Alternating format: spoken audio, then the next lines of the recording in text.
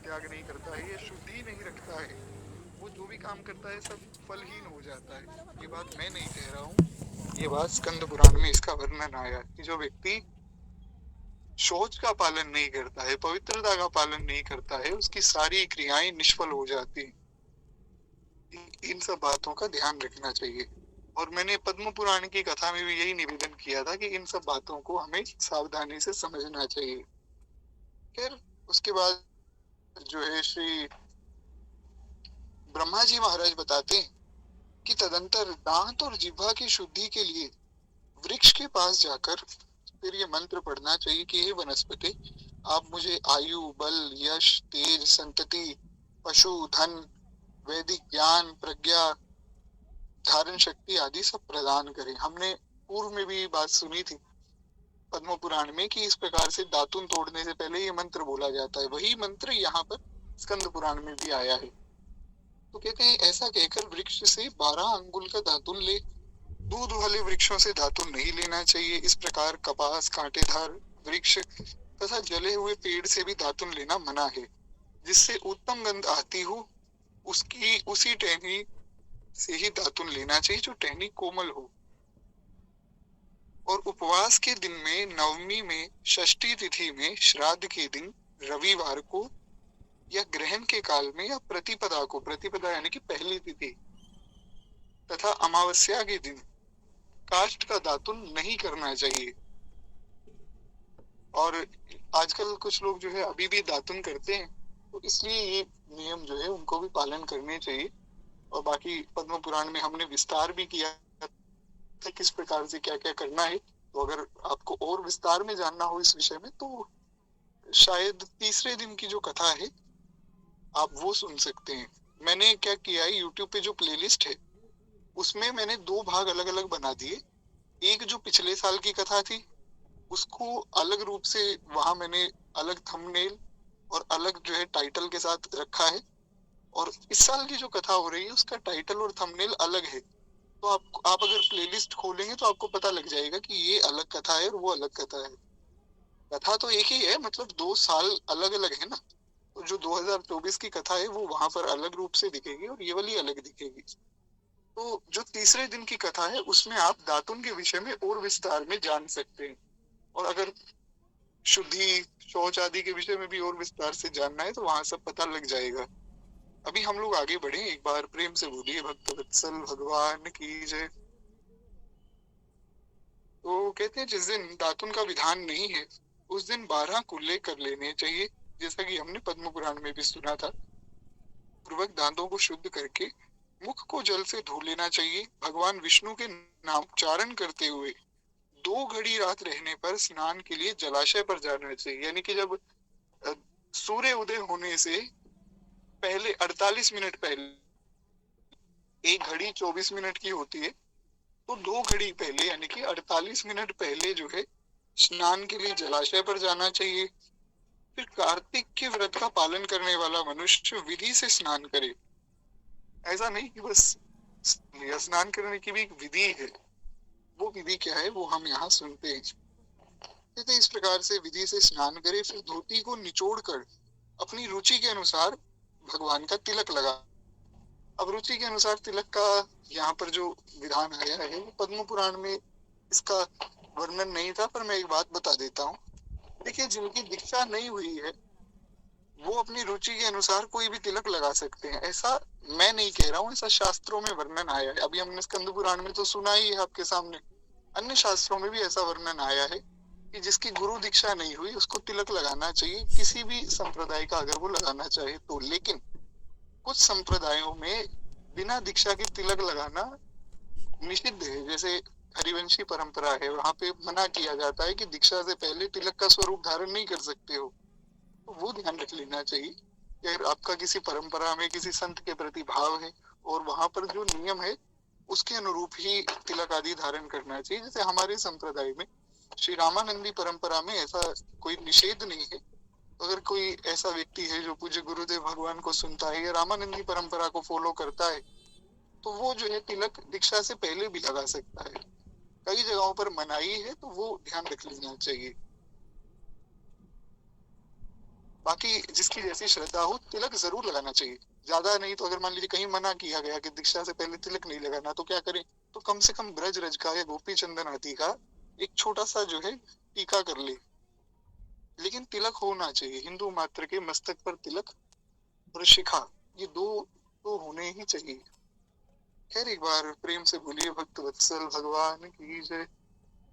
तिलक से भगवान का स्मरण होता है, इसलिए तिलक तो बहुत आवश्यक है। अब जैसे कोई मुझ जैसा व्यक्ति है जिसने कभी भजन किया ही नहीं, नाम जप करता ही नहीं, तो उसको तिलक लगाने का बड़ा फायदा है। मैं कहीं किसी बाजार से निकलता हूँ तो शिखा महाराज खूब लंबी है, खूब बड़ा जो है गुरुदेव भगवान की कृपा से तिलक स्वरूप दास धारण करता है। ये दीक्षा हो गई, अब तो धारण करने की वैसे भी आज्ञा मिल गई। तो जहां भी निकल जाता हूँ लोग आवाज लगा लेते हैं, पंडित जी राधे राधे, पंडित जी राम राम। तो इस बहाने मैं तो नाम नहीं जपता हूँ, पर कहीं कोई भूले भटके किसी ने आवाज लगा दी तो फिर बोलना पड़ता है, तो फिर कहना पड़ता है कि भैया राधे राधे, भैया राम राम। तो इसलिए तिलक की तो बहुत जो है लाभ हैं। और तिलक जिसके मस्तक पर है, भगवान का वचन है, जो व्यक्ति मस्तक पर ऊर्ध्व पुंड्र धारण जिसने किया है, अगर वो मर गया तो अंत समय में अगर गले में तुलसी है और मस्तक पर तिलक है तो उस मनुष्य को सीधा मेरे धाम आना है, ऐसा भगवान का वचन है। इसलिए इन सब बातों का ध्यान रखना चाहिए। जी बिल्कुल हार्दिक जी, अगर आप नए हैं तो निश्चिंत रहिए, आप रोज कथा में आते रहिए, सब नियम आपको यहाँ पता लग जाएंगे।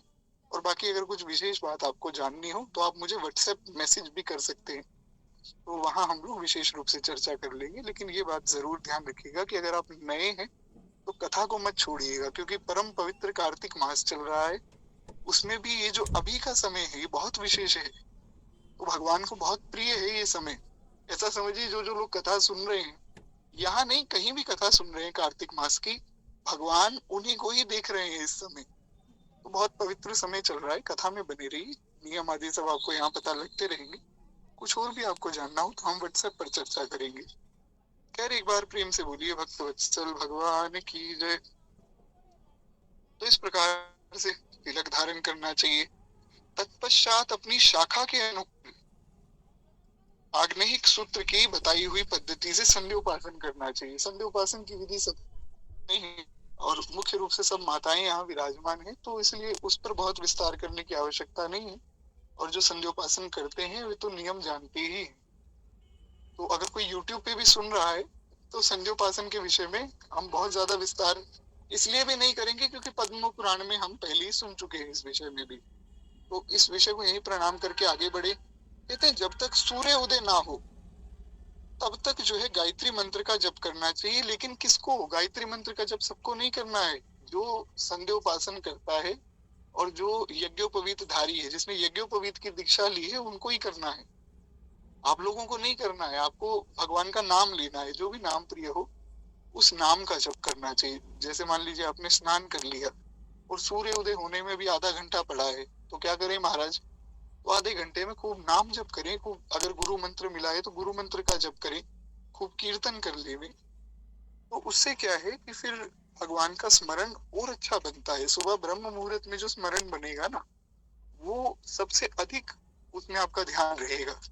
अब जैसे कोई सोचे मैं रात को जो है गुरु मंत्र की माला कर लूंगा, और एक व्यक्ति सोचे कि मैं सुबह गुरु मंत्र की माला करूंगा, तो दोनों में बहुत अंतर होगा। सुबह जो माला कर रहा है परम शांति में, ब्रह्म मुहूर्त में, उसका मन बहुत जल्दी भगवान में लग जाएगा। इसलिए कार्तिक मास में हमने कल की कथा में सुना था, अगर आप लोगों को याद हो, कि अगर कोई कुछ ना करे, केवल कार्तिक मास में सुबह जल्दी उठकर स्नान कर ले, कुछ भी ना करे, केवल ब्रह्म मुहूर्त में उठकर स्नान कर ले, तो वो सब पापों से मुक्त हो जाता है। ये कार्तिक मास की इतनी महिमा है, इसलिए सुबह जल्दी तो उठना ही है। हमारे महाराज जी कहते हैं कि भैया अगर इसी जन्म में इसी शरीर से भगवान को पाना चाहते हो तो नियम बना लो कि 4 बजे बिस्तर का त्याग कर देंगे। तो इस बात का ध्यान रखना चाहिए। खैर एक बार प्रेम से बोलिए भक्त वत्सल भगवान की जय। पर हाँ ये है कि पूज्य प्रेमानंद बाबा की एक मैं वीडियो देख रहा था, उसमें पूज्य बाबा ने बताया कि कई लोग ऐसा भी नियम ले लेते हैं, महाराज गुरुजी ने कह दिया 4 बजे उठना है, तो 4 बजे तो उठ गए और 4:15 बजे फिर सो गए, ऐसा बाबा बता रहे थे। तो ऐसा नहीं करना चाहिए, गुरुजनों की आज्ञा का पालन करना चाहिए। गुरु और आज्ञा गृह से, गुरु की आज्ञा का पालन निष्ठा पूर्वक हो। है तो कहते हैं इस प्रकार से यह रात्रि के अंत में बताई गई है। हे नारद, अब दिन का कार्य बताया जाता है, यानी कि ये तो ब्रह्म मुहूर्त जब हुआ उस समय की बात हो गई ना, सूर्योदय से पहले। अब दिन में क्या करना है सूर्योदय के बाद, अब वो सुनो। कहते हैं संकल्पासन के अंत में विष्णु सहस्त्र नाम का पाठ करना चाहिए, फिर देव में जाना चाहिए। देवालय मतलब मंदिर जाकर जो है पूजन प्रारंभ करना चाहिए। भगवत संबंधी पदों का गान, कोई किसी संत के कोई सुंदर आपको पद मिल गए, भाई के पद सुन रहे थे कल हमने, खूब सुंदर 2-3 पद सुने कल मीराबाई के, तो इसी प्रकार से मीराबाई के हो गए, सूरदास, और उसके बाद विठल विपुल देव जी महाराज के, आदि आदि बहुत से संत हैं। हरे राम व्यास जी हैं, उनके बड़े प्यारे प्यारे पद हैं। श्री गोस्वामी तुलसीदास। तो इस प्रकार से जो भी आपको पद भगवान ये उसका गान करना चाहिए। ज्यादा कुछ ना बने तो महाराज कोई एक संत की कोई एक बात पकड़ लेनी चाहिए। एक पद पकड़ लिया आपने, उसका ही गान अगर आप जीवन भर करें तो वो भी पवित्र कर देगा आपको। वो कुछ भी ना बने तो केवल इतना कहें, श्री कृष्ण गोविंद हरे मुरारी, हे नाथ नारायण वासुदेव। इतना तो हर एक व्यक्ति कह ही सकता है, ये तो सबको ही याद होता है। इस प्रकार से भगवत संबंधी पदों का गान करना चाहिए, खूब कीर्तन करना चाहिए। जो भी नाम भगवान का प्रिय हो, भगवान के किसी भी नाम में, किसी भी रूप में, किसी भी धाम में कोई भेद नहीं है। सब नाम, सब रूप, सब धाम परम मंगलकारी है। जो नाम प्रिय हो, जो संत प्रिय हो, उनकी आज्ञा के अनुरूप नाम जप करना चाहिए। गिरधर नागर कहती मीरा, सूर को श्यामल भाया, सूर को श्यामल भाया। तुकाराम और नामदेव ने विठ्ठल विठ्ठल गाया। श्री राधे गोविंदा, मन भजले हरि का प्यारा नाम है। श्री राधे गोविंदा, मन जपले हरि का प्यारा नाम है। श्री गोपाला हरि का प्यारा नाम है। नंदलाला हरि का प्यारा नाम है। राम कृष्ण हरि विठ्ठल विठ्ठल, राम कृष्ण हरि विठ्ठल, राम कृष्ण हरि विठ्ठल विठ्ठल, राम कृष्ण हरि विठ्ठल। श्री राधे गोविंदा, मन जपले हरि का प्यारा नाम है। तो जो भी नाम भगवान का प्रिय हो, उस नाम का जप खूब कीर्तन करना चाहिए। फिर एक बार प्रेम से बोलिए भक्त वत्सल भगवान की जय। तो कहते हैं इस प्रकार से फिर नृत्य आदि करना चाहिए। भगवान को नृत्य बहुत प्रिय है। जो नृत्य करता है भगवान के सामने, वो व्यक्ति भगवान को बहुत प्रिय होता है। गान करना, नृत्य करना। हमारे यहाँ वैष्णवों में 3 सेवाएं बड़ी प्रधान रूप से मानी गई, राग, भोग और श्रृंगार। राग जो है गान, जिसने गाया है उसने पाया है प्रभु को, तो खूब गाना चाहिए भगवान के सामने। लेकिन हाँ ये है कि हमारे महाराज जी इस मामले में थोड़े कठोरता से बात बताते हैं। क्या है कि कथाएं हर जगह होती है महाराज जी के। अभी इंदौर में जो है आज कथा शुरू हुई है भागवत जी की। तो ये है कि कथाओं में महाराज जी का ये नियम है कि भैया कोई खड़े होकर यहाँ नाचो मत। क्यों? लोग तो बड़े भाव में महाराज जी जैसी कथा कहते हैं, तो अपने स्वरूप में जब कथा कहने लग जाते हैं तब ऐसा कोई नहीं कि उनकी तरफ कोई ध्यान ना दे। अभी जैसे यहाँ किसी ने लिखा कि भैया बड़ी सुंदर जो है आपकी आवाज है, बड़ा सुंदर भाव है। मेरा भाव नहीं है महाराज, यहाँ कथा गुरुदेव भगवान कह रहे हैं, मैं तो सुनने आया हूँ। तो महाराज जी जब कथा कहते हैं तब सब उनकी आनंद को अनुभव करते हैं। सब देखते हैं कि कितनी प्यारी कथा हो रही है। जैसे सुखदेव जी कथा कह रहे हैं तो सब अपनी मस्ती में होते हैं, कोई नाच भी लेता है। कई माताओं का भाव होता है वे कथा में नाचने भी लग जाती है। तो महाराज जी कहते हैं कि बुरी बात नहीं है, आप अगर नाच रहे हैं तो बुरा नहीं है, लेकिन अगर आपको नाचना है तो यहाँ मत नाचो। नाचना है तो अपने घर जाकर जो आपके ठाकुर जी हैं जिनकी आप सेवा कर रहे हैं उनके सामने नाचो महाराज। खूब उनको सुंदर सुंदर भाव सुनाओ, खूब पद गाओ और खूब प्रेम से भगवान के सामने नृत्य करो, क्योंकि भगवान को नृत्य बहुत प्रिय है। इसलिए नाचना ही है तो भगवान के सामने नाचना चाहिए। श्री मीराबाई कहती, कहू तो कुसुमल साड़ी रंगावा, कहू तो कुसुमल साड़ी रंगावा, कहू तो भगवा वेश। श्री मीराबाई कहती, प्रभु आपकी प्रसन्नता के लिए मैं सब कार्य कर रही हूँ। हमने कल भी इस पद पर चर्चा की थी कि भगवान की प्रसन्नता के लिए हम सारा कार्य कर रहे हैं, तो हम प्रदर्शन ना करें किसी के सामने, पर भगवान के सामने खूब सुंदर गान, खूब सुंदर नृत्य। मीराबाई ने कितना गाया आप देखिए, गाती ही चली गई मीराबाई तो। ऐसी लागी लगन मीरा हो गई मगन, वो तो गली गली हरि गुण गाने लगी। गाया है मीराबाई ने, सूरदास जी ने गाया है। तो क्या गाया श्री सूरदास जी ने, सुनेरी मैंने निर्बल के बलराम, सुनेरी मैंने निर्बल के बलराम। सूरदास जी कहते हैं कि मैंने ऐसा सुना है कि जो निर्बल है, जो हार गया, जो थक गया, जिसका संसार में कोई नहीं है, उसके बल भगवान बनते हैं। क्योंकि भगवान को पता है कि जो बलशाली है उसको तो कोई भी अपना लेगा, लेकिन अगर इस निर्बल को हमने त्याग दिया तो फिर इसका वहन कोई नहीं करेगा। तो भगवान सबका वहन करते हैं, इसलिए भगवान की शरण लेनी चाहिए। कितना प्यारा भाव सूरदास जी का गोस्वामी जी ने गाया है। गोस्वामी जी किशोरी जी को कहते हैं, कब हुक अम्ब अवसर पाए, कब हुक अम्ब अवसर पाए, मेरी ओ सुधि ध्याई भी कछु करुण कथा चलाई, कब हुक अम्ब अवसर पाए। गोस्वामी तुलसीदास जी महाराज कहते हैं कि हे अम्ब, हे माँ, हे किशोरी जी, मेरी प्रार्थना है कि जब भगवान अपना, क्योंकि राम राज्य की तो सब कल्पना करते हैं, तो राम जी हैं महाराज, बड़े व्यस्त हैं, बहुत बड़े राजा हैं, पर कभी ना कभी तो समय मिलता होगा। जब रात को आपके पास आकर विश्राम करते होंगे तब समय मिलता होगा, तो उस समय आप मेरी कुछ बात चलाइए भगवान के सामने। कोई करुण प्रसंग, ऐसा प्रसंग चलाइए कि भगवान का हृदय पिघल जाए, और बीच में मेरा नाम ले दीजिए कि एक तुलसीदास भी है, उसका भी प्रभु कल्याण कीजिए। क्योंकि जिस हिसाब से मेरे आचरण है, मेरा कल्याण होना बड़ा कठिन है, पर आप सिफारिश कर देंगे तब मेरी बात बन जाएगी। और ऐसा नहीं कि मैं उसके बदले में कुछ नहीं करूंगा।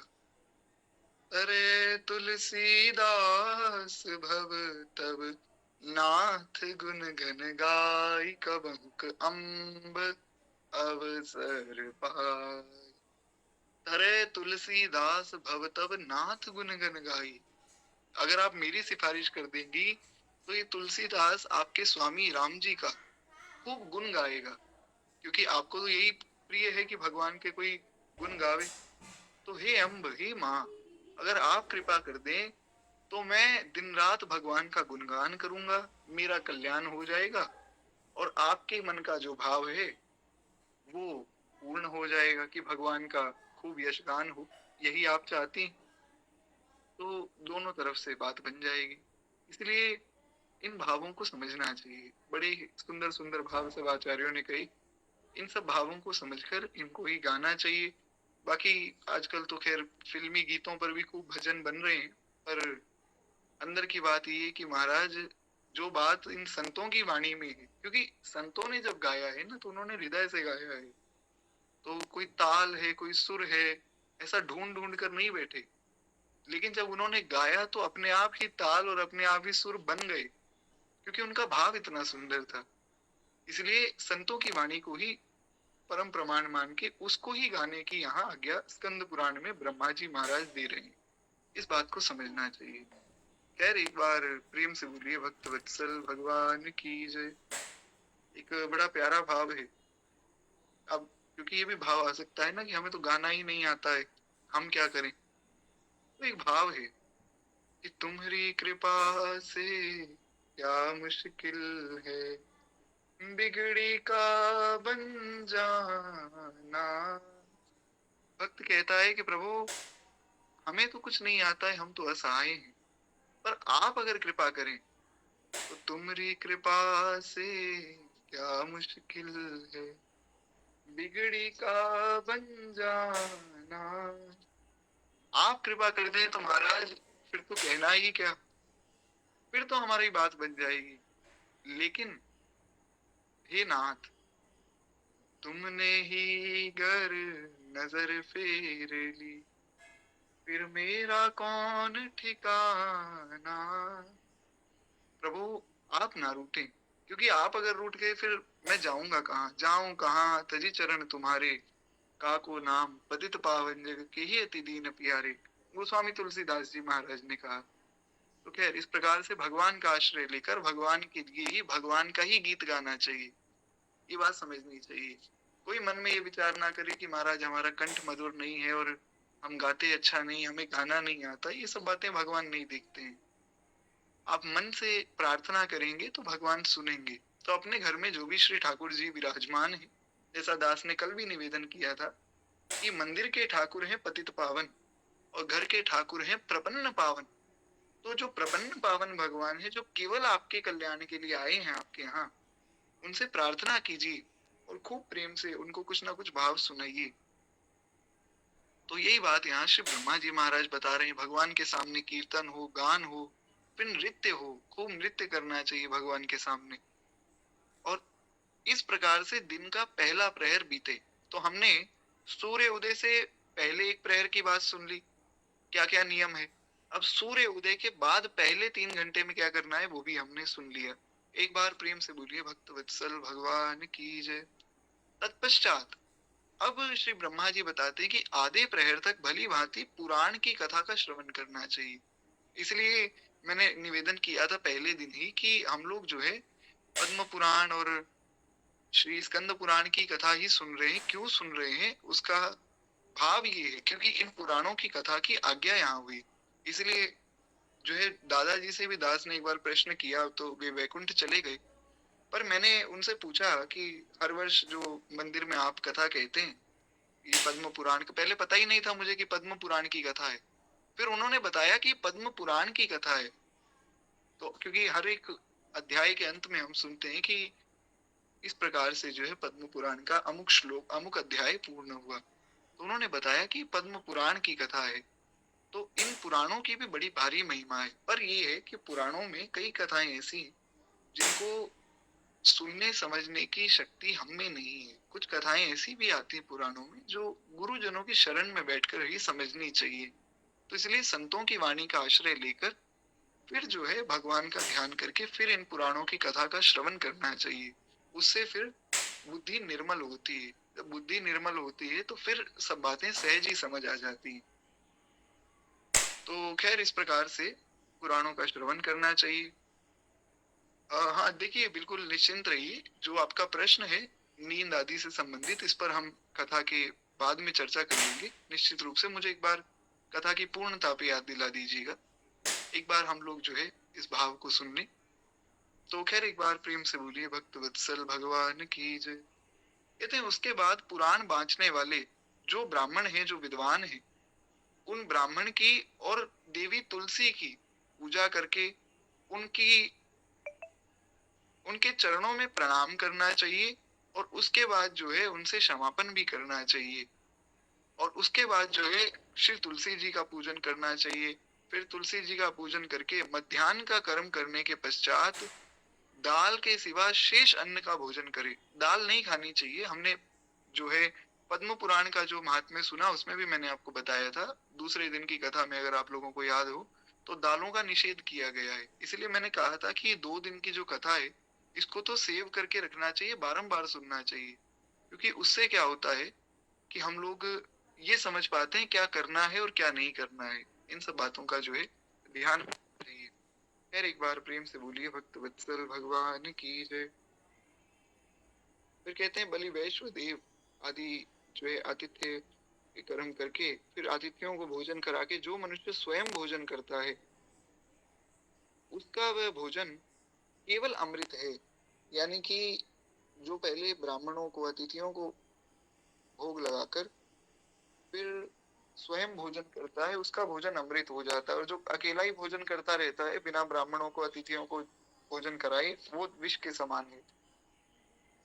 तो हाँ जी देखिए, कार्तिक मास में क्या खाना है और क्या नहीं खाना है उस पर हमने दूसरे और तीसरे दिन की कथा में विस्तार में चर्चा की थी। अगर आपको YouTube पे वो वीडियो ना मिले तो आप मुझे WhatsApp मैसेज कर दीजिएगा, तो मैं आपको वो लिंक भेज दूंगा, या मैं प्रयास करूंगा कि मैं ग्रुप में ही भेज दूंगा। तो क्या है, अगर कोई पहले नहीं सुन पाए तो वहां से सुन ले, तो आप मुझे मैसेज कर दीजिएगा, फिर मुझे याद रहेगा। खैर, तो इस प्रकार से कहते हैं मुख शुद्धि के लिए तीर्थ जल यानी कि भगवत चरणामृत लेना चाहिए, और भगवत चरणामृत में तुलसी दल मिलाकर, यानी कि भगवान का जो चरणामृत है उसमें श्री तुलसी जी का दल मिलाकर उसका पान करना चाहिए, उससे मुख शुद्धि होती है। फिर शेष दिन जो बाकी दिन बच गया फिर सांसारिक व्यवहार में व्यतीत करे, फिर अपना जो भी आपका काम है वो सारा काम करना चाहिए। और उसके बाद जो है साय काल में पुनः भगवान विष्णु के मंदिर में जाना चाहिए। फिर संध्या करते समय, संध्या करके मतलब जो साय काल की जो विधि है सारी, जो जैसा मैंने आपको बताया संध्योपासन, वो सबके लिए नहीं है, पर यह है कि भजन करना चाहिए शाम के समय में सबको। और फिर अपनी शक्ति के अनुसार दीप दान करना चाहिए, खूब जो है भगवान को सुंदर दीप दान करने की महिमा है कार्तिक मास में। कहते हैं भगवान विष्णु को प्रणाम करके उनकी आरती उतारे और स्तोत्र पाठ आदि करके फिर प्रथम पहर में जागरण करे। रात्रि का जो प्रथम पहर है, यानी कि हमने देखा कि महाराज रात्रि के तीसरे पहर से पहले तो उठ जाओ। अब रात कितनी लंबी होती है, ज्यादा से ज्यादा 7-8 घंटे की रात है, तो रात्रि के प्रथम पहर में तो जागरण हो गया और अंतिम पहर में जागना ही है, तो कम से कम 3-4 घंटे ही सोना है। इसका मतलब ये है प्रयास करना चाहिए कि निद्रा बहुत कम हो। जैसा अभी एक प्रश्न भी था कि बहुत नींद आती है, तो हाँ ये है उसका एक उपाय है कि देखिए नींद में सबसे पहले तो भोजन पे नियंत्रण हो। हमारा भोजन शुद्ध होगा, सात्विक होगा, तो फिर जो है शरीर में ऊर्जा रहेगी। उसके बाद अभ्यास, भगवान ने अर्जुन को कहा कि अर्जुन असंशयम महाबाहु मनो दुनिग्रहम चंचलम अभ्यासेन तु कौन्तेय वैराग्येण च गृह्यते। अभ्यास करो तो अभ्यास हो। जैसे आपने नियम लिया कि सुबह 4 बजे उठना है, तो उठना ही है चाहे कुछ भी हो जाए। फिर कोई बहाना ये नहीं बनाना चाहिए कि हम रात को 12 बजे सोए, 1 बजे सोए। 4 बजे बिस्तर त्याग देना चाहिए। ठीक है, अगर बहुत निद्रा आ रही है तो ये है ब्रह्म मुहूर्त में उठ गए, खूब पूजा आदि की, कीर्तन किया, कथा सुन ली, और उसके बाद जो है आप फिर थोड़ी देर सुबह 8-9 बजे के आसपास थोड़ी देर सो गए। वैसे तो सोना मना है, दिन में निषिद्ध है, पर शुरू शुरू में अगर अभ्यास इतना नहीं है तो ऐसा किया जा सकता है। लेकिन ब्रह्म मुहूर्त में तो उठना ही उठना है। तो इस प्रकार से जो है इन सब बातों का ध्यान रखना चाहिए। भोजन हमारा शुद्ध हो, भजन ज्यादा हो, संसार की इधर उधर की चर्चा कम हो, और थोड़ा सा जो है व्यायाम करना चाहिए, कुछ थोड़ा एक्सरसाइज वगैरह करें, तो उससे फिर इसमें आपको प्रभाव दिख सकता है। इन सब बातों का पालन करने से निश्चित रूप से आपको प्रभाव दिखेगा। खैर, एक बार प्रेम से बोलिए भक्त वत्सल भगवान की जय। तो कहते हैं इस प्रकार से शाम के समय भगवान की आरती करके फिर प्रथम प्रहर में भजन करना चाहिए, खूब जो है भगवान का जागरण करना चाहिए। फिर जो है प्रथम प्रहर जब बीत जाए फिर सोना चाहिए, और ब्रह्मचर्य व्रत का पालन करना चाहिए। इस प्रकार से 1 मास तक प्रतिदिन शास्त्रोक्त विधि का पालन करना चाहिए। जो कार्तिक मास में उत्तम व्रत का पालन करता है वो सब पापों से मुक्त होकर भगवान विष्णु के सालोक्य को प्राप्त करता है। तो ये बड़ी भारी महिमा श्री कार्तिक मास की बताई गई। इसलिए मैं बारंबार निवेदन करता हूँ कि कथा को मत छोड़िए, कथा में बने रहिए। कथा सुनने मात्र से ही हमें बहुत लाभ मिल जाता है, बहुत जल्दी उन्नति होती है कथा सुनने से। तो इसलिए कथा में नित्य बने रहिए। इससे एक बात और याद आई, कल की कथा का समय सुबह का रहेगा, सुबह 6:30 बजे का। आज भी मैंने कहा था सुबह का, पर आज मैं क्षमा प्रार्थी हूँ, आज सुबह हो नहीं पाई कथा। तो ये बड़ी अच्छी बात है कि मैंने 7 बजे बिना कुछ बताए लिंक भेजा तो सब लोग जुड़ गए। तो हाँ, कभी ऐसा हो कि हम ना जुड़ पाए सुबह, तो ये समझिएगा कि शाम को कथा हो जाएगी, 7 बजे का ही समय रहेगा। अगर कुछ कहीं बाहर आदि जाना हुआ तो समय फिर मैं तो बता ही दूंगा ग्रुप में। लेकिन कल से जो है प्रयास करेंगे कथा सुबह ही हो, तो सुबह 6:30 बजे सब लोग जुड़ने का प्रयास कीजिए। और महाराज 6:30 बजे तो सब लोग नहा धोकर खूब भजन करके बैठ सकते हैं। क्या पहले जब 5 बजे कथा होती थी तब, अब ठंड का समय था जब कथा शुरू हुई थी, तो लगभग 3-4 साल पहले, तो उस समय सर्दियां ही थी। तो उस समय तो मैंने समय रखा था 4 बजे का। तो लोगों ने कहा कि महाराज 4 बजे तो हम उठते ही नहीं, आपने कथा का समय रख दिया।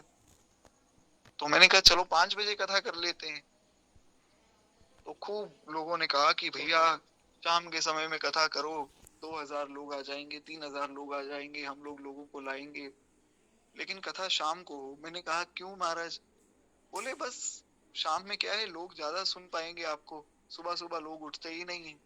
तो परम श्रद्धेय परम पूज्य स्वामी श्री राम सुखदास जी महाराज की एक बात याद आती है। थोड़ा ध्यान से सुनिएगा, एक बार प्रेम से बोलिए श्री स्वामी जी महाराज की जय। स्वामी जी महाराज से भी एक बार किसी ने ऐसी बात कही, जब पहले हमारी कथा का समय 5 बजे का होता था। भगवान कृपा करें व्यवस्था बने, मैं तो चाहता हूँ कि रोज 5 बजे ही कथा हो। ठीक है, अभी कुछ समय ऐसा चल रहा है, भगवान की इच्छा ऐसी। खैर हुआ क्या कि स्वामी जी से एक बार किसी ने कहा, स्वामी जी भी सुबह 5 बजे गीता का प्रवचन करते थे, और स्वामी जी जो गीता का प्रवचन करते थे वो तो महाराज कहना ही क्या। स्वामी जी ने भगवत गीता पे टीका नहीं की है, केवल स्वामी जी ने जिया है गीता को, उनका जीवन गीता था। चलती फिरती गीता का मूर्तिमान स्वरूप थे श्री स्वामी जी।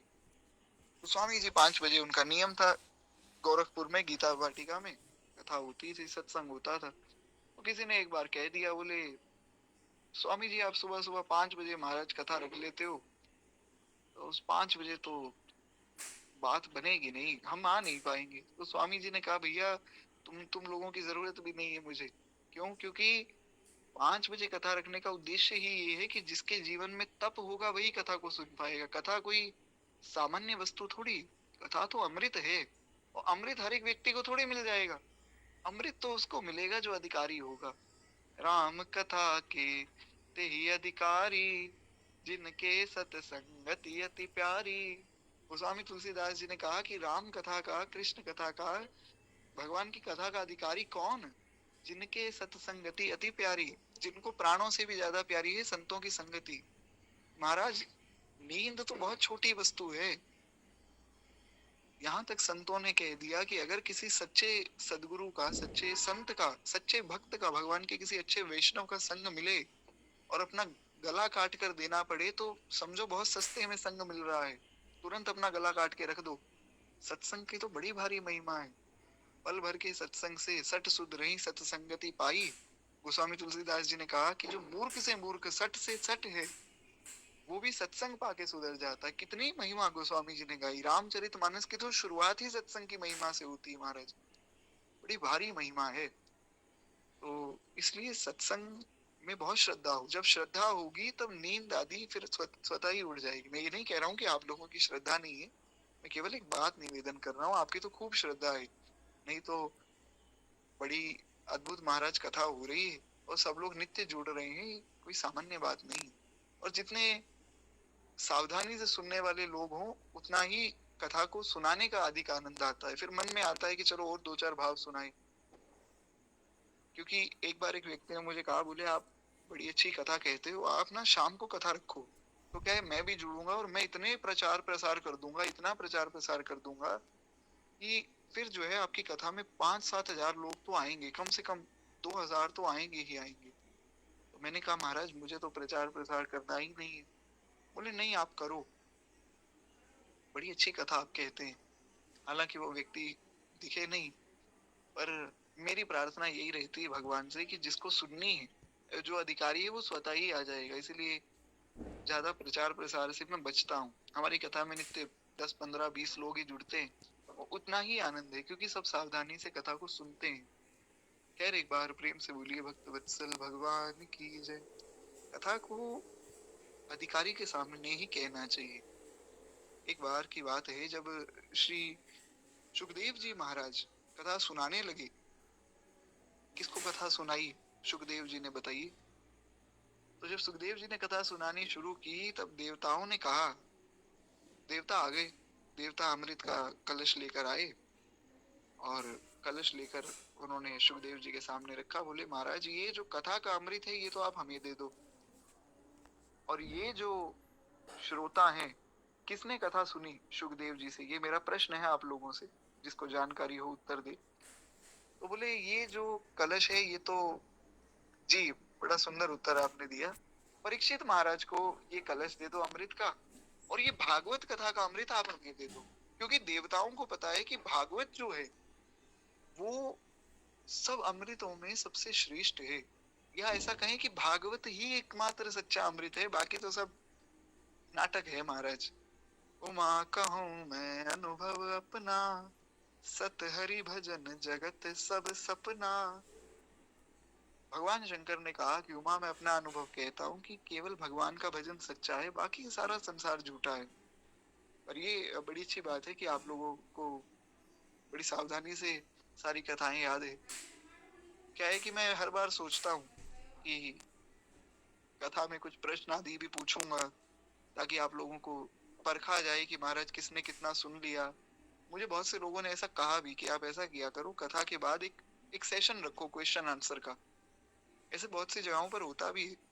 वो क्या करते हैं कि कथा के बाद प्रश्न पूछते हैं, 5-7 प्रश्न, की आज की कथा में क्या सुना, और कल हमने क्या चर्चा की थी, क्या ये चीज आपने सुनी है या नहीं। प्रश्न होते हैं, फिर लोग जवाब देते हैं। देखिए, मेरा ऐसा पर्सनली मानना है कि एक तो मैं भूल जाता हूँ चीजें, तो मुझे याद ही नहीं रहता प्रश्न पूछना है। आज मुझे याद आया तो मैंने पूछ लिया। पर मेरा ऐसा मानना है कि जो सच में कथा सुन रहा है ना, अगर उसको प्रश्न का उत्तर नहीं पता, लेकिन उसको ये पता है कि करना क्या है, तो उसका कथा सुनना सार्थक है। मान लीजिए, वैसे तो परीक्षित जी महाराज को तो सभी जानते हैं, मान लीजिए किसी को ये नहीं पता कि भागवत की कथा किसने सुनी, और उसको ये पता है कि भागवत की कथा क्या है, भागवत में कहा क्या गया। उसने एक नियम ले लिया, जैसे भागवत में कहा गया कि नाम संकीर्तनम यस्य सर्व पाप प्रणाशनम, भागवत के अंत में कहा गया। उसने पूरी भागवत सुन ली, उसको समझ इतनी बात आई कि नाम संकीर्तन से सारे पाप नष्ट हो जाते हैं। उसने इतनी बात पकड़ ली कि नाम संकीर्तन करना है। तो पूरी 7 दिन की भागवत में अगर उसने एक बात भी समझ ली और उसको पकड़ लिया, तो समझिए उसका सुनना सफल हो गया। और अगर मैं किसी से पूछूं कि भैया तुमको मैंने इतनी बड़ी कथा सुना दी, अब तुम बताओ सुदामा जी के पिताजी का क्या नाम है, मान लीजिए उसने बता दिया, तो उसमें उसके बताने से ना तो मेरा कोई लाभ है ना उसका कोई लाभ है। इसीलिए मेरा थोड़ा सा मानना अलग है, मेरा कथा करने का ढंग थोड़ा अलग है। मैं प्रश्न आदि पूछ नहीं पाता हूँ। मुझे ऐसा लगता है कि हमें ये बातें समझ लेनी चाहिए और इनको मान लेना चाहिए जो संतों की वाणी है। फिर प्रश्न पूछने की आवश्यकता नहीं, फिर हमारा जीवन ही भागवत हो जाएगा। ऐसा दास का भाव है। बाकी किसी का भाव कुछ अलग हो तो सबके भावों को प्रणाम है। एक बार प्रेम से बोलिए भक्त वत्सल भगवान की जय। मेरा थोड़ा सा भाव मन का अलग है। मेरा ऐसा मानना है कि कम लोग हों सावधानी से सुनने वाले, और वो सुने, बस बस वो सुनते रहें। कभी ना कभी, आज नहीं तो कल, कोई ना कोई एक बात तो पकड़ेंगे। इसलिए जब रामचरितमानस जी की 2 बार कथा, तो एक प्रश्न आया। उन्होंने कहा कि भैया, पहले हम एक जगह गीता क्लास कर रहे थे, तो उस गीता क्लास में ऐसा था कि भी हमें श्लोक याद करवाते थे। अब आप महाराज रामचरितमानस पढ़ा रहे हो, समझा रहे हो, तो आप हमें रामचरितमानस की चौपाइयां याद कराइए। तो मैंने कहा ठीक है, मैं प्रयास करूंगा, देखूंगा। तो मैं भूल गया उनकी बात। फिर उनका प्रश्न कुछ दिनों बाद आया। मैंने कहा आप ऐसा कीजिए कि चौपाई आपको कोई याद हो या ना हो, कोई बात नहीं, अब मुझे तो इसलिए करनी पड़ गई कि मुझे तो कथा सुनानी है। तो हो गई, भगवान की दया से कथा सुनाते सुनाते हो गई। लेकिन अगर आपने एक चौपाई पकड़ ली ना, विश्वास मानिए आपको याद करने की आवश्यकता नहीं है। एक बार एक व्यक्ति ने अपने मित्र से कहा, थोड़ा सा 2-5 मिनट में ज्यादा लूंगा, एक भाव मन में आया है तो आज कह दिया जाए। आज कथा का एक अलग ही आनंद है। हर हफ्ते में एक दिन ऐसा जरूर आता है जब कथा से अन्य कुछ चर्चा होती है, और उस दिन कुछ भाव ज्यादा आनंद का होता है। आनंद तो नित्य ही मिलता है, पर उस दिन वो कुछ ज्यादा आनंद दी जाती है कथा। तो आज वो दिन है। एक बार प्रेम से बोलिए भक्त वत्सल भगवान की जय। एक भाव प्रभु प्रेरणा से आया मन में। एक बार एक व्यक्ति ने अपने मित्र को कहा कि भैया तुम भगवान का कुछ स्मरण कर लिया करो, कुछ भगवान का भजन कर लिया करो। यदि इतना बड़ा दिन है, 24 घंटे मिलते हैं, तो 24 मिनट ही भगवान का स्मरण कर लो। तो बोला कि बात तो सही है, चलो 24 नहीं 10 मिनट तो मैं स्मरण करूंगा, पर मैं करूं क्या मुझे ये नहीं पता। मुझे ये समझ नहीं आता कि करना क्या चाहिए। तो बोले यार देखो, ज्यादा तो मुझे भी नहीं पता, मैं भी तुम्हारी तरह आम इंसान हूँ। ऐसा करते हैं कि रामचरितमानस मैं पढ़ता हूँ। मैंने नियम ले रखा है कि मैं जो है 10 मिनट रोज रामचरितमानस पढ़ूंगा या 5 दोहे पढ़ूंगा, ऐसा एक नियम तुम भी ले लो, तुम भी पढ़ लिया करो। तो बोला कि मेरे पास तो रामचरितमानस ही नहीं है। तो उसने कहा कोई बात नहीं, तुम ऐसा करो, एक बार मेरे साथ आकर मेरे घर में थोड़ी देर यहाँ पढ़ लिया करो, फिर तुम मंगवा लेना, बाद में ले आना रामचरितमानस की पोथी। तो बोले हाँ यार ये अच्छा विचार है, मैंने कभी रामचरितमानस पढ़ी नहीं, तो इस बहाने मैं पढ़ लूंगा, एक बार देख लेता हूँ कैसी है रामचरितमानस, है क्या चीज। तो मैं एक बार पढ़ लेता हूँ, फिर मुझे अच्छी लगेगी तो मैं भी मंगवा लूंगा एक पोथी। तो बड़ा अच्छा निर्णय हो गया हमारा, दोनों मित्र बड़े प्रसन्न हुए। अगले दिन वो पहुंचे उनके घर पे, जिन्होंने कहा था रामचरितमानस पढ़ो। तो बोले आओ भैया, खूब स्वागत है तुम्हारा, कैसे आए। बोले तुमने ही तो कहा था रामचरितमानस पढ़नी है, तो मैं आया हूँ पढ़ने। बोले हाँ ये तो बड़ा अच्छा भाव है। पोथी ले आए वो, और बोले तुम हाथ पांव धो के पवित्र होके बैठ जाओ आसन पे, पढ़ो। तो उन्होंने मानस जी को खोला, और ऐसा नहीं कि पहला पन्ना खोला, खोल दिया बीच में से, और एक चौपाई उनको दिखी। चहु जुग चहु श्रुति नाम प्रभाव, कलि विशेष नहीं आन उपाव। चौपाई उनको दिखी कि चारों युगों में और चारों वेदों में भगवान के नाम की बड़ी भारी महिमा है। और कलयुग में तो महिमा ही भगवान के नाम की, बाकी साधन तो नष्ट भ्रष्ट हो जाएंगे, नाम बचेगा।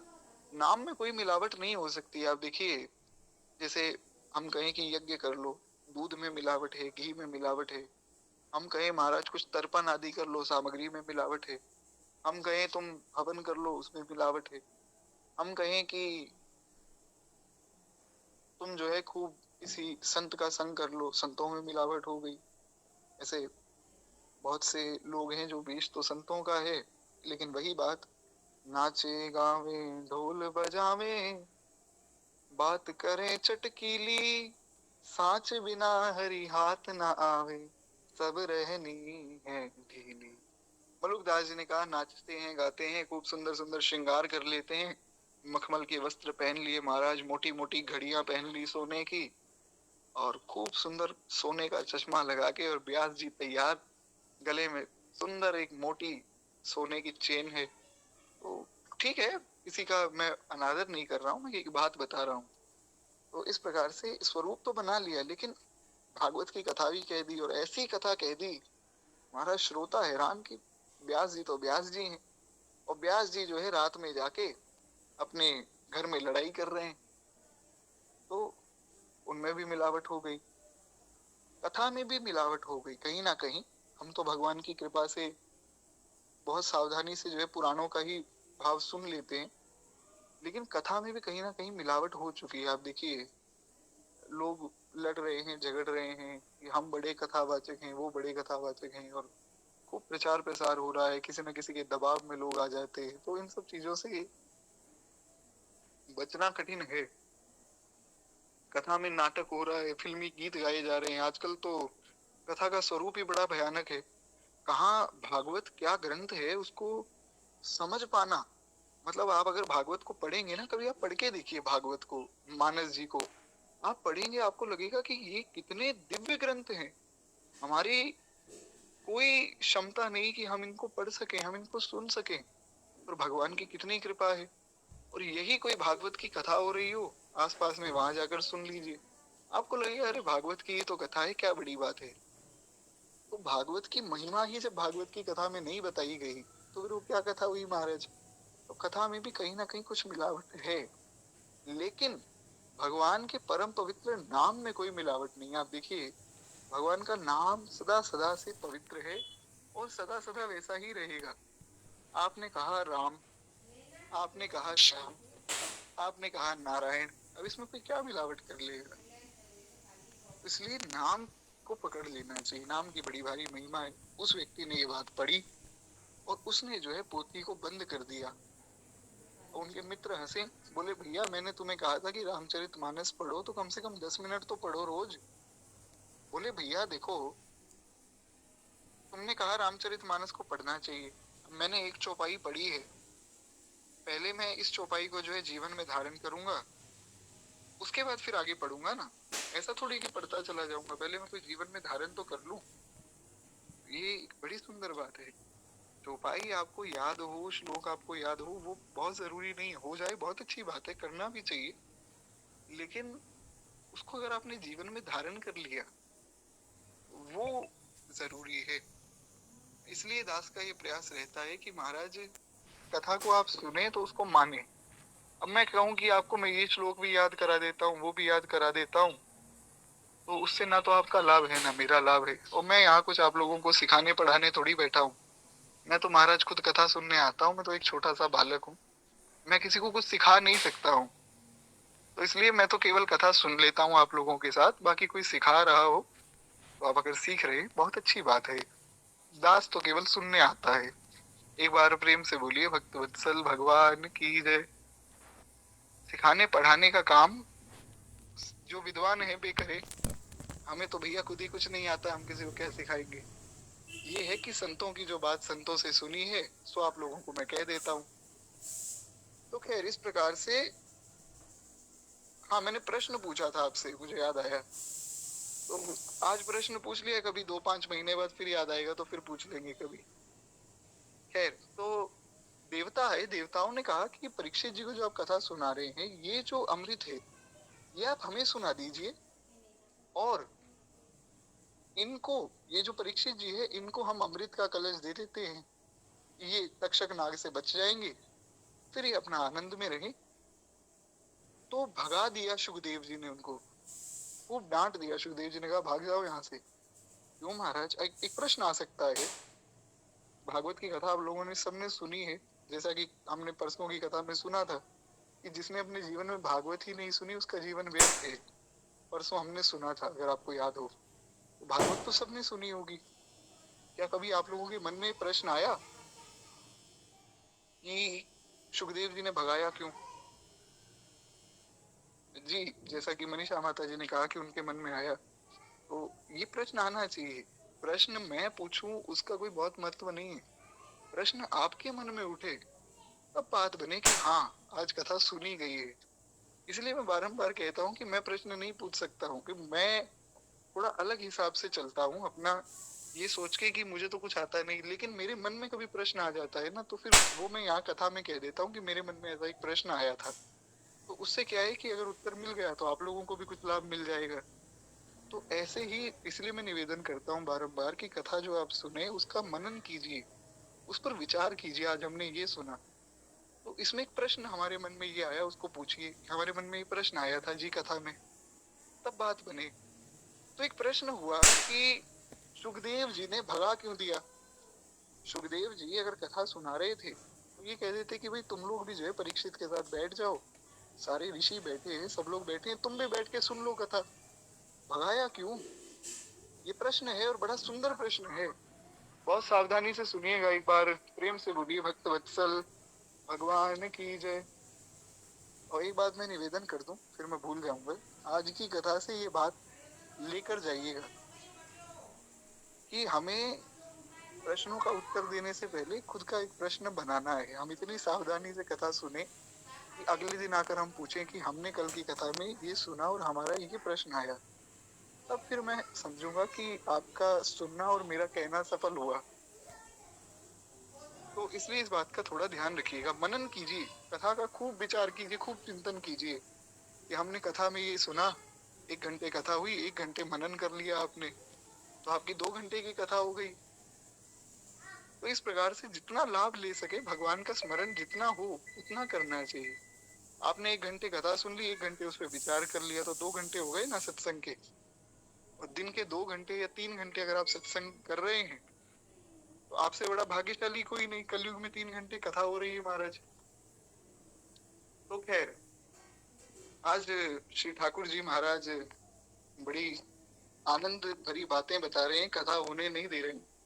भगवान की लीला है, भगवान की कथा है। एक बार प्रेम से बोलिए भक्त वत्सल भगवान की जय। दास ने पूर्व में भी निवेदन किया था कि ये कथा गुरुदेव भगवान कहते हैं, मैं तो सुनने आता हूँ। तो महाराज जी जब खूब आनंद में कथा कहते हैं तो बहुत सी बातें ध्यान में आ जाती, फिर कथा आगे बढ़ नहीं पाती। तो खैर हुआ क्या, सुखदेव जी ने भगाया। क्यों भगाया? क्योंकि सुखदेव जी महाराज ने कहा कि ये लोग जो देवता हैं, ये कोई बहुत अच्छे भाव से कथा सुनने नहीं आए, ये कथा सुनने के लिए सुनने नहीं आए। परीक्षित जी जब आए तो परीक्षित जी ने क्या कहा? परीक्षित जी ने ये नहीं कहा कि मैं 7 दिन में मरने वाला हूँ, तक्षक नाग पीछे लग गया है, मेरी जान बचा लीजिए। ऐसा नहीं, रोए नहीं वो। उन्होंने आकर प्रश्न किया। बड़ी गंभीर है ये मार्ग, बड़ा गंभीर है। इसलिए मैं बारंबार निवेदन करता हूँ कि इस मार्ग में हमें गंभीरता से चलना है, गंभीरता से समझना है। खूब हंसना, मजाक मस्ती कर लेना, ये इस मार्ग का उद्देश्य नहीं है। इसलिए ग्रुप आदि में भी मैं कोई मैसेज करता ही नहीं हूँ, क्योंकि मुझे पता है कि वहां हंसी मजाक होगा। फिर लोगों को लगेगा कि अरे कितना अच्छा ग्रुप है, डिवोटी एसोसिएशन है, मस्ती मजाक हो रहा है। उसके लिए नहीं जुड़े हम लोग यहाँ पे। गंभीरता।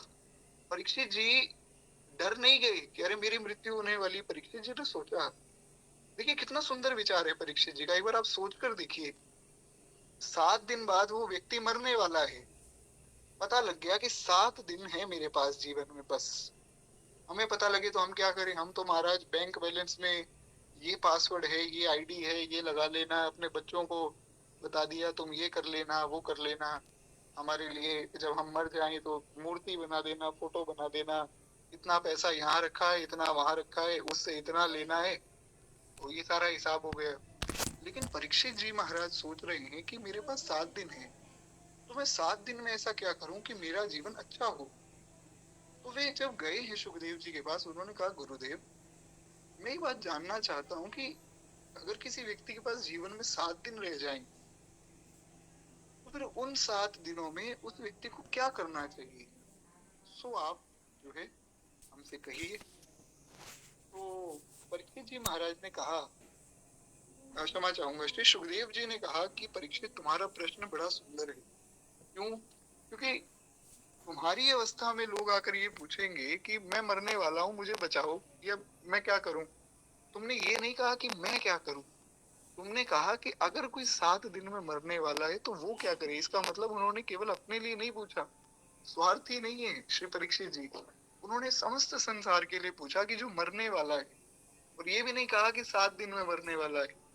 परीक्षित जी ने कहा, अगर आप भागवत पढ़ें तो भागवत में ही लिखा है कि परीक्षित जी ने कहा कि कोई मरने वाला है वो क्या करे। अब ऐसा कौन है जो मरने वाला नहीं है? आप सोचिए कि हर व्यक्ति मरने वाला है, आज है कल नहीं है। क्या पता लगता है। लोग महाराज बड़े हैरान परेशान हो जाते हैं कि अरे सुबह तो हमसे बात कर रहे थे, ये क्या हो गया, कहाँ गए? अभी थोड़ी देर पहले हमसे मिलके गए, कहाँ गए? तो लोग बड़े हैरान परेशान होते हैं। लेकिन व्यक्ति तो चला गया। ऐसा होता है। ऐसा पहले दास को इतनी बातों का, इन बातों का समझ ज्यादा नहीं थी, तो अभी तो अवस्था ही बहुत छोटी है, जीवन में ज्यादा कुछ देखा तो है नहीं। लेकिन कुछ ऐसा हुआ, जब पूज्य दादाजी महाराज का बैकुंठ गमन हुआ तो हुआ क्या कि उनको अगले दिन जाना था काशी विश्वनाथ, बनारस जाना था। खूब बढ़िया तैयारी कर रहे थे, अपनी सारी तैयारी कर चुके थे। तो 100 रुपए एक सब्जी वाले को देने थे। तो मेरे पिताजी ने कहा कि आप ऐसा कीजिए, आप अपनी तैयारी कर लीजिए, मैं कल जाऊंगा, कल दे आऊंगा। आज तो इतनी तेज बारिश हो रही है, आप कहाँ जाओगे इतनी बारिश में? तो उन्होंने कहा, नहीं बेटा, किसी का उधार नहीं रखना चाहिए, मैं कुछ सामान भी लेना है, मैं जाकर सामान ले आता हूँ और पैसे भी दे दूंगा लगे हाथ।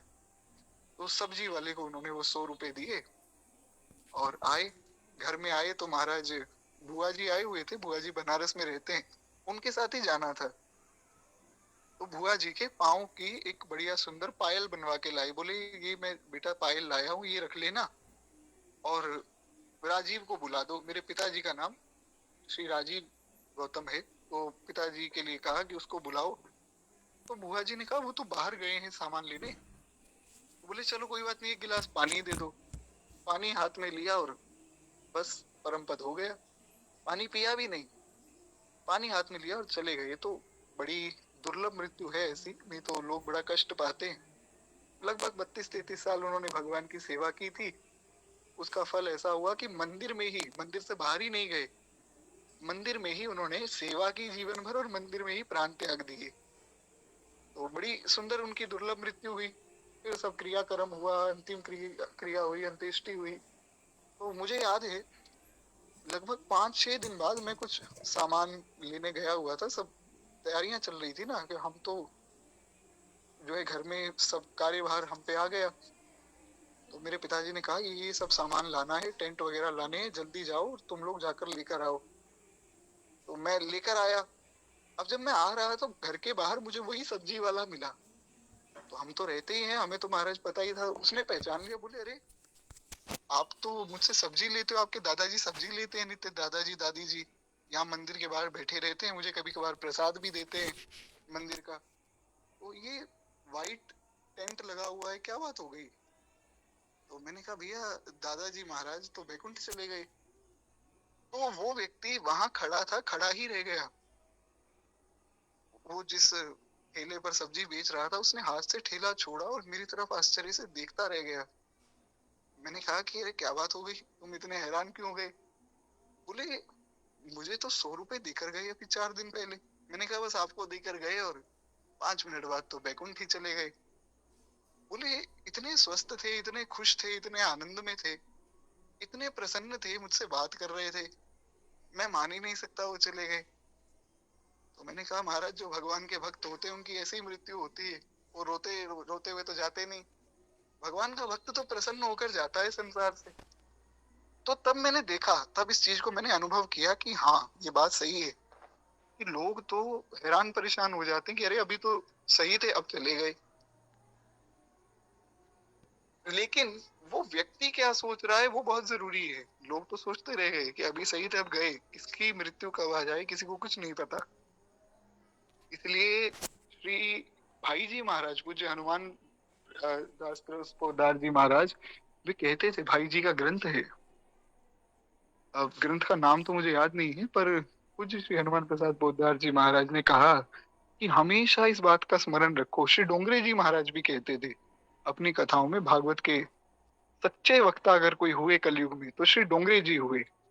डोंगरे जी भी कहते थे कि तुम हमेशा इस बात को याद रखो कि मौत की तलवार तुम्हारे सिर पर है, कब तुम्हें काट दे तुम्हें कुछ नहीं पता।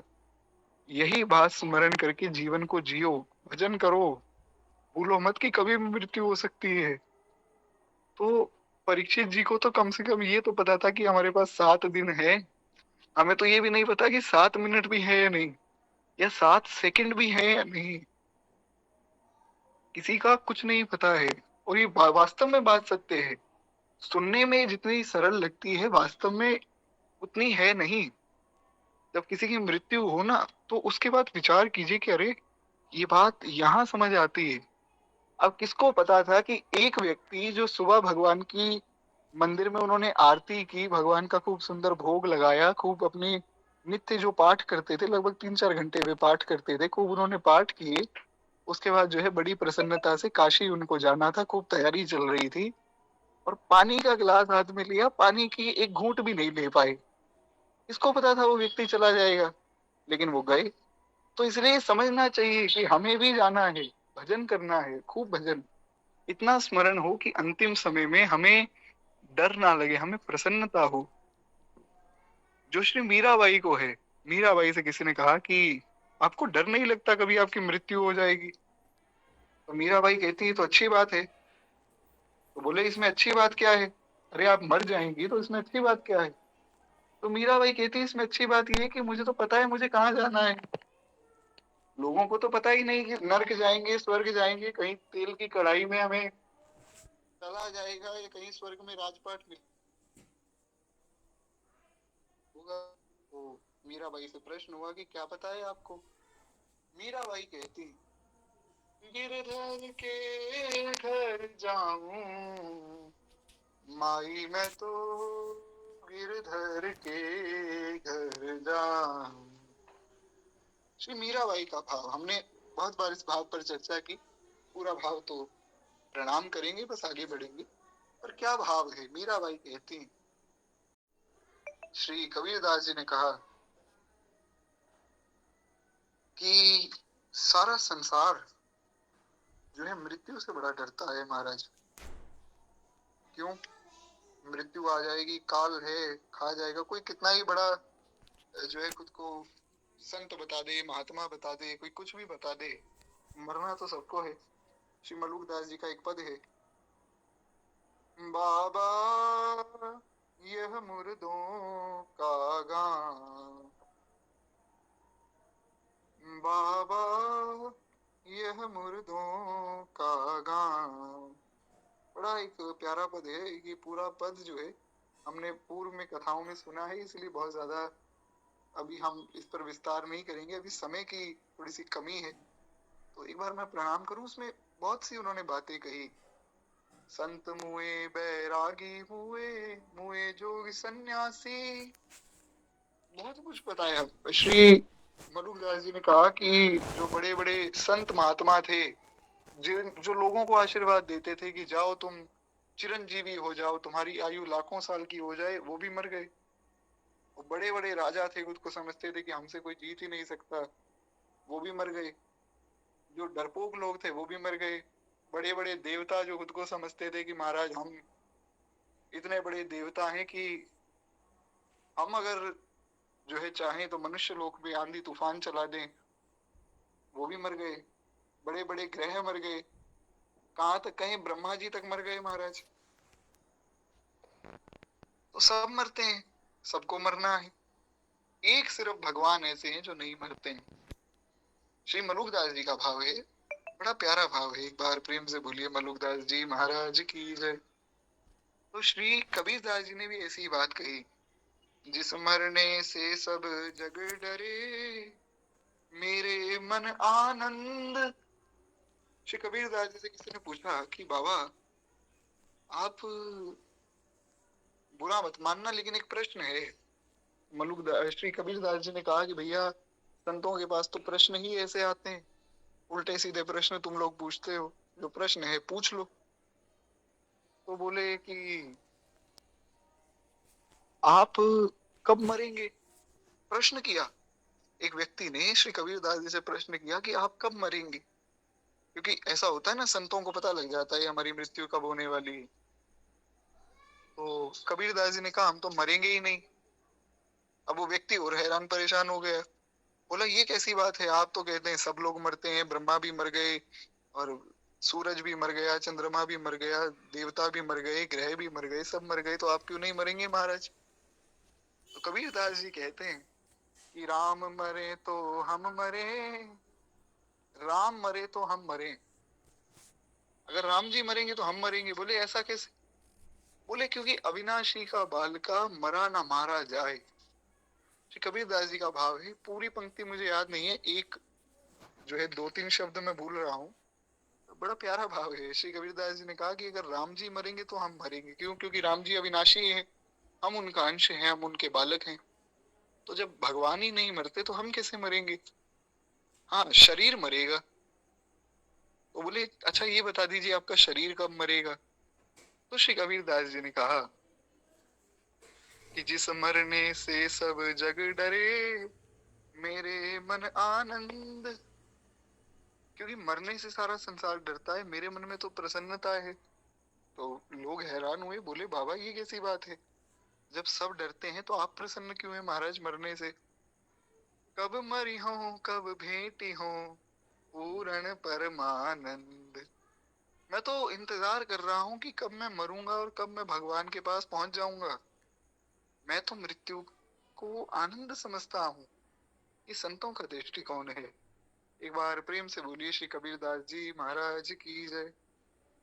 जैसा दास ने निवेदन किया था कि महाराज जब भगवान खूब आनंद में होते हैं ना, तो हर हफ्ते में कोई ना कोई एक ऐसा दिन होता है, मुझे ये पता है कि हर हफ्ते में एक दिन ऐसा आता है।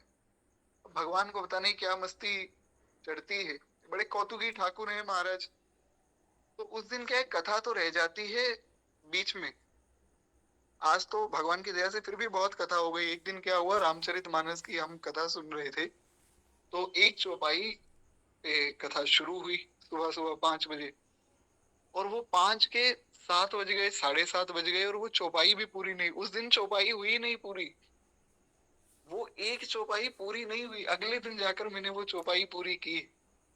और मानस जी की कथा में तो आनंद ही इतना था, क्या है, तब मैं जब घर में रहता हूँ तब मैं मंदिर में बैठ के ही कथा कहता हूँ प्रभु कृपा से। तो मंदिर में सामने ठाकुर जी, और यहाँ सामने भक्त और सामने ग्रंथ, तब तो कथा का आनंद ही अलग होता है। तो उस दिन वो चौपाई पूरी नहीं हुई थी, लोग बड़े प्रसन्न हुए कि महाराज आज की कथा तो बड़ी अद्भुत हुई। तो कई दिन ऐसे होते हैं, आज तो भगवान की कृपा से फिर भी हम कुछ भाग सुन चुके कथा का। तो बस एक भाव में निवेदन करूं, उसके बाद फिर हम लोग कथा में पुनः प्रवेश करेंगे। एक बार प्रेम से बोलिए भक्त वत्सल भगवान की जय।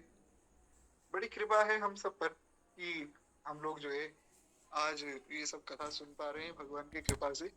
आज भगवान भी खूब आनंद में हैं, तो बड़ी प्रसन्नता से कथा सुनिए, ठाकुर जी बड़े प्रसन्न होंगे आप लोगों पर। तो खैर, श्री परीक्षित जी ने जब प्रश्न किया, तो परीक्षित जी ने सबके लिए प्रश्न किया, मरने वाले को क्या करना है? मरने वाले तो सब है, सबको मरना है, सबको भागवत सुननी चाहिए, सबको संतों की बात मानकर गो सेवा, साधु सेवा, संत सेवा, नाम जप, कीर्तन, खूब गान, ये सब कार्य करने चाहिए।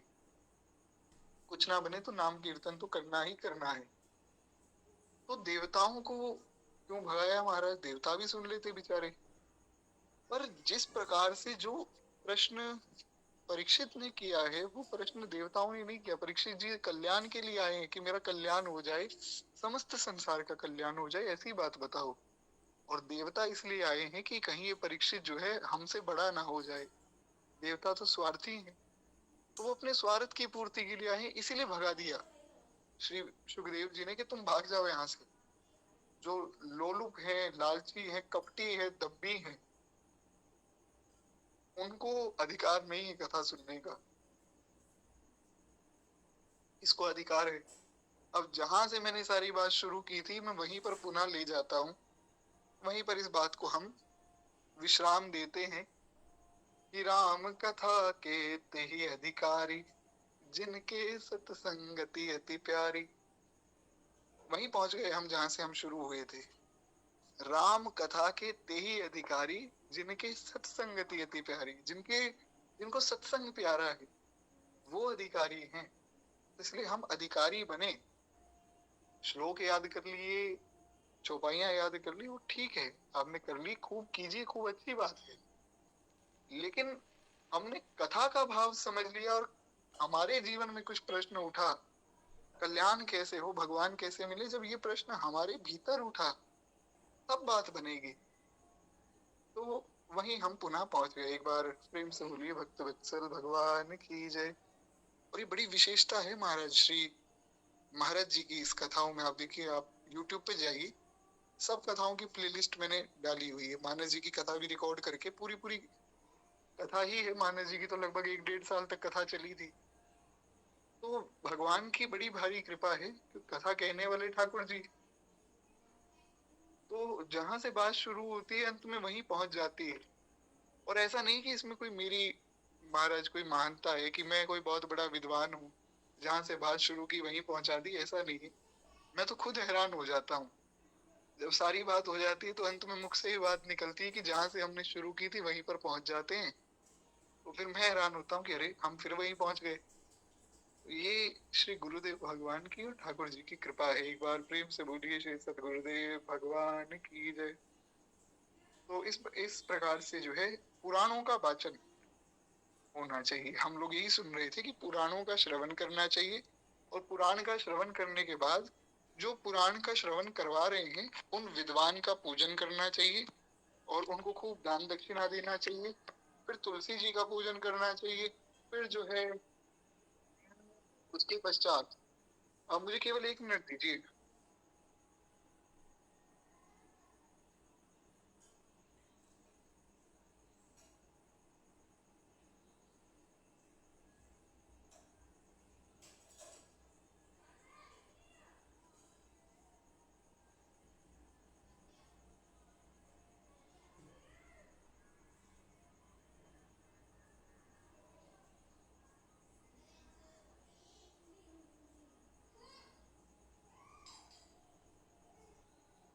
हरि शरणम।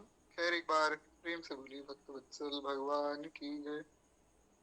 तो इस प्रकार से हमने सब बातें सुनी। दालें नहीं खानी चाहिए, तुलसी जी का ब्राह्मण का पूजन करना चाहिए, बांट कर जो है अतिथियों का सत्कार करके फिर आना चाहिए, भगवान का चरणामृत आदि लेना चाहिए। तो इस प्रकार से सब बातें हमने सुनी। ब्रह्मचर्य व्रत का पालन हो। कहते हैं कार्तिक मास में जो है गीता पाठ की भी बड़ी महिमा है और एकादशी की भी बड़ी भारी महिमा बताई गई। एकादशी आने पर निषिद्ध वस्तुओं का त्याग कर देना चाहिए, फिर तेल लगाना और उसके बाद जो है परान्न भोजन करना, यानी कि दूसरे व्यक्ति के भोजन को पाना, तेल खाना जिसमें बहुत से बीज हों ऐसा कोई फल खाना, चावल या दाल, ये सब कार्तिक मास में त्याज्य हैं। इन सब वस्तुओं से बचना चाहिए। अभी किसी का प्रश्न था ना कि क्या खाना चाहिए क्या नहीं खाना चाहिए। अब मैं क्षमा चाहूंगा, मैं वो देख नहीं पाऊंगा प्रश्न ऊपर क्या है, मैं तो अभी रीजॉइन हुआ हूँ कथा में। तो अगर आप यहाँ विराजमान हैं तो बहुत अच्छी बात है, नहीं तो अगर यूट्यूब पे सुन रहे हैं तो आप यहाँ से सुन सकते हैं क्या खाना है क्या नहीं खाना है। तेल नहीं लगाना चाहिए, दूसरे का भोजन नहीं खाना चाहिए, तेल को खाना भी नहीं चाहिए, तेल आदि में जो सब्जी बनती है वो नहीं खानी चाहिए, सात्विक भोजन होना चाहिए। बहुत से जिसमें बीज हो वो फल नहीं खाना चाहिए, तथा चावल और दाल भी नहीं खानी चाहिए। ये सभी कार्तिक मास में त्याज्य हैं। लौकी, गाजर, बैंगन, बनभंटा और बासी अन्न, मसूर की दाल, भसीड़, दोबारा जो है भोजन, यानी कि जो रात का भोजन है उसको पुनः सुबह गर्म करके वो भी नहीं खाना चाहिए। मदिरा, पराया अन्न, कांसी के पात्र में भोजन करना, छत्राक, कांजी, दुर्गंधित पदार्थ और समुदाय संस्था आदि का अन्न, वैश्या का अन्न और किसी ऐसे व्यक्ति का अन्न जिसने बेईमानी से अन्न कमाया हो, बेईमानी से पैसे कमा के उस अगर वो कोई भोजन करा रहा है वो भी नहीं खाना चाहिए। तो वैश्य के घर का अन्न भी नहीं खाना चाहिए। फिर जो है ग्राम पुरोहित और शूद्र के घर का अन्न भी नहीं खाना चाहिए। सूतक का अन्न भी नहीं खाना चाहिए। आज देखिए संभव तो ऐसा है बिल्कुल, अगर हम जो है थोड़ा सावधानी से चलें, पर इतना ना कर सके तो ये है कि जितना हो सके उतना पालन करें। शुद्ध जो है सात्विक भोजन में आपको खुद रोटी बनावे और शुद्ध सात्विक जो सब्जी है उसका पान हो सकता है। जितना संभव हो उतना तो कर ही सकते हैं, उतना करना चाहिए। तो बाकी ये जो बातें हैं कल मैं पुनः एक बार बता दूंगा कथा में, क्योंकि आज जो है समय थोड़ा अधिक हो गया है तो इन पर विस्तार थोड़ा सा चाहिए। तो निश्चिंत रहिए, कल की कथा जो सुबह होगी ना, आप एक बार पुनः जुड़कर पुनः ये प्रश्न एक बार पूछिएगा तो हम पुनः इस पर चर्चा करेंगे विस्तार में। निश्चिंत रहिए। तो क्या इस प्रकार से सूतक आदि का इन सब का हमें त्याग देना चाहिए। श्राद्ध का अन्न, रजस्वला स्त्री का दिया हुआ अन्न, जराना शौच का अन्न और लसोड़े का फल, ये कार्तिक मास का व्रत करने वाले पुरुष को अवश्य त्याग देना चाहिए। आज हम लोग वाणी को ही विश्राम करते हैं। जैसा दास ने निवेदन किया कि महाराज उस दिन तो चौपाई पूरी नहीं हुई, आज कथा पूरी नहीं हुई। भगवान बड़े कौतुकी हैं और कौतुक करना भगवान का स्वभाव है। और यही तो कथा का आनंद है। किसी दिन कथा इतनी सुन ली कि महाराज 4 दिन की कथा एक दिन में हो गई, और किसी दिन इतनी कथा हुई कि एक दिन की कथा भी पूरी नहीं हुई। यही तो आनंद है, यही तो सुख है इस कथा का। तो खूब निश्चिंत रहिए, खूब आनंद में रहिए। शेष कथा हम कल सुन लेंगे। कमल नेत्र स्तोत्र हमने कथा की शुरुआत में ही सुन लिया था आज। जो लोग लेट जुड़े हैं निश्चिंत रहिए, आप लोग कमल नेत्र स्तोत्र पढ़ सकते हैं। तो कथा की शुरुआत में वो हो गया। अब हम वाणी को विश्राम देते हैं। किसी का कोई प्रश्न हो या कोई भी भाव